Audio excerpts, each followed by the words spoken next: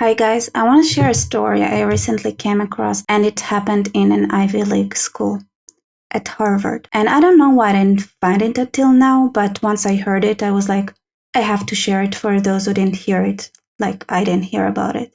So it's not a secret that the top universities in the United States had been struggling, to say the least, with understanding what's moral and what's not. And some media outlets started asking them about what's happening. I don't know who I'm fooling. The only mainstream media channel that actually went out and asked students of their opinions was Fox News, and the others just lined up with the craziness.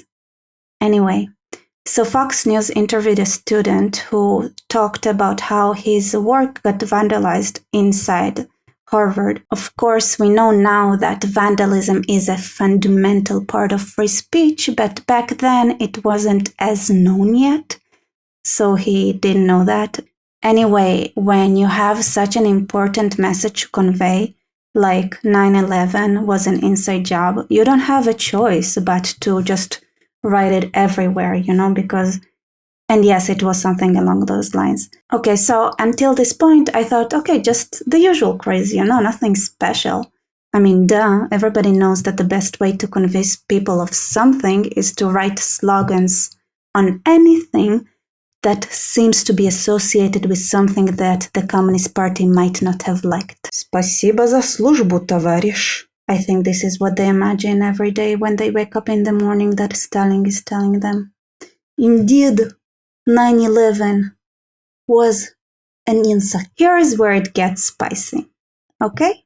Because during the interview with Fox, the student that got interviewed decided to challenge the vandalizer to come out of the closet. I guess he thought that it was just a typical 18-year-old with communist fantasies, mask wearing, only brave enough to stay anonymous.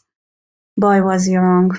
Because the person who vandalized and had to write down this amazing 9/11 conspiracy theory was a staff member. And in today's world, people are proudly crazy. So it doesn't have to be an 18-year-old that did that.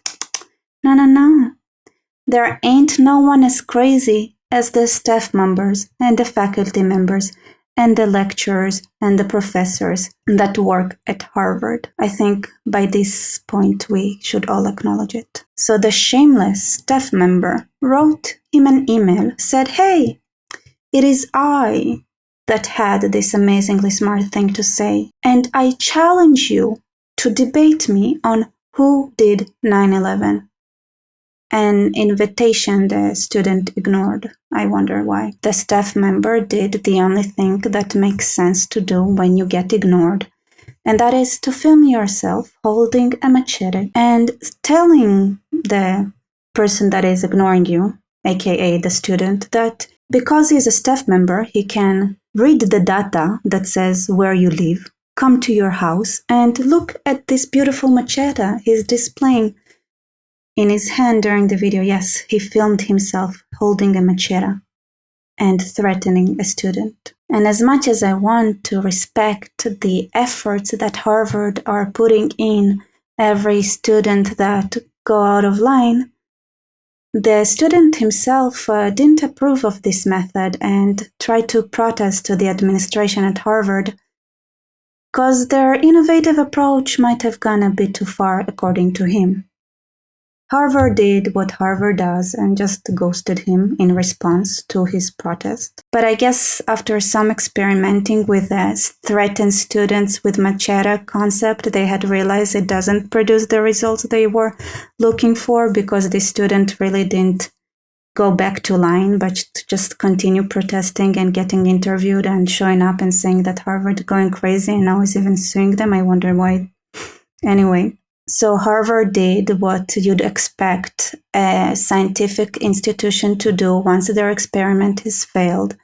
They had to let go of the machete guy because this technique is clearly not as productive as that they thought it might be. It only took 3 months for Harvard to reach the conclusion that the right thing to do is to fire him. Yay! Yeah, the student had to get private security, if you were wondering. I guess that going from producing brain dead students to just dead is not a very big moral leap.